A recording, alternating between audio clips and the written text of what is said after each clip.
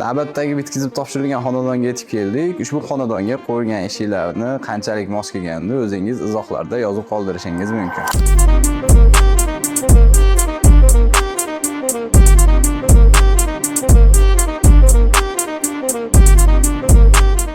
Ushbu xonadonga umumiy hisobda 14 ta eshik va polniy parametr bo'ylab plyons aylantirib berganmiz.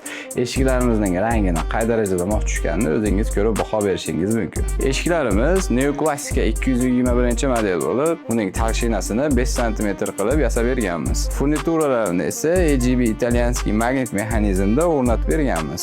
Eshiklar xonaning ichiga ochilganligi sababli har bitta eshikka skrytniy stopper qo'yib berganmiz, devorga yoki eshikning daboriga urilmaslik maqsadida. Xonadonimiz 2 qavatdan iborat. Birinchi qavatdagi eshiklarimizning balandligini 270 balandlikda yasab berganmiz. Mijozimiz bilan gaplashganda birinchi etaj faqatgina mehmonlar va oshxonaga mo'ljallanganligi uchun birinchi etajdagi eshiklarni oynali qilib yasab berganmiz.